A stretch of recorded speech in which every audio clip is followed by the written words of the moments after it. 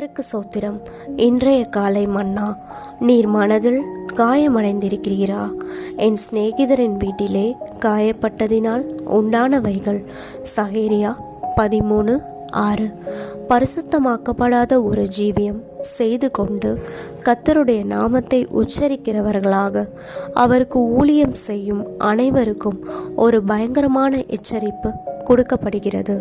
பிரதான ஆசாரியன் ஒருவனின் குமாரர்களாகிய தேசாந்திரிகளாய் திரிந்த மந்திரவாதிகளாகிய யூதர்களின் சிலர் அப்போஸ்தலர் பவுலின் ஊழியத்தில் கர்த்தராகிய இயேசு கிறிஸ்துவின் நாமத்தில் பொல்லாத ஆவிகள் துரத்தப்பட்டதை கண்டபோது அவரது ஊழியத்தினால் அதிகமாக கவர்ந்து கொள்ளப்பட்டனர். தாங்களும் அவ்வாறே செய்யலாம் என்று அவர்கள் எண்ணினர். ஆனால் அவர்கள் கர்த்தராகிய இயேசுவின் நாமத்தை கூறியபோது பொல்லாத ஆவி அவர்களை நோக்கி, இயேசுவை அறிவேன், பவுலையும் அறிவேன், நீங்கள் யார் என்று சொல்லி பொல்லாத ஆவியையுடைய மனுஷன் அவர்கள் மேல் பாய்ந்து பலத்த கரம் பண்ணி அவர்களை மேற்கொள்ள அவர்கள் நிர்வாணிகளும் காயப்பட்டவர்களுமாகி அந்த வீட்டை விட்டு ஓடி போனார்கள். அப்போஸ்தலர் 19:15-16. அன்பான வாசகரே, நீர் இருதயத்திலே விருத்த சேதனம் அடைந்து பரிசுத்த ஆவியின் அபிஷேகம் பெற்றிருக்கிற ஒரு யூதராயிருந்தும் ரோமர் 2:28-29, பிலிப்பியர் 3:3 அடிக்கடி மனதில் புண்பட்டவராக அல்லது இடறல் அடையும் ஒருவராக இருக்கிறீரா? உம்முடைய மனதில் நீர் புண்பட்டிருப்பதற்கு எந்த மனிதரையும் குறை கூற வேண்டாம்.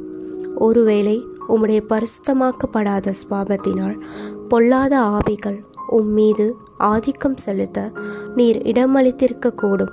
நீர் மனதில் காயப்படுத்தப்பட்ட நிலையில் இருப்பீராயின் நீர் ஆவிக்குரிய பிரகாரமாக நிர்வாணியாகவும் மாறக்கூடும்.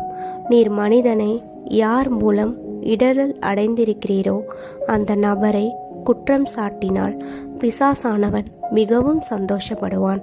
ஏனெனில் அதன் மூலம் நீர் நடைமுறையில் பிசாசானவனை குற்றமற்றவன் என நிரூபிக்கிறீர்.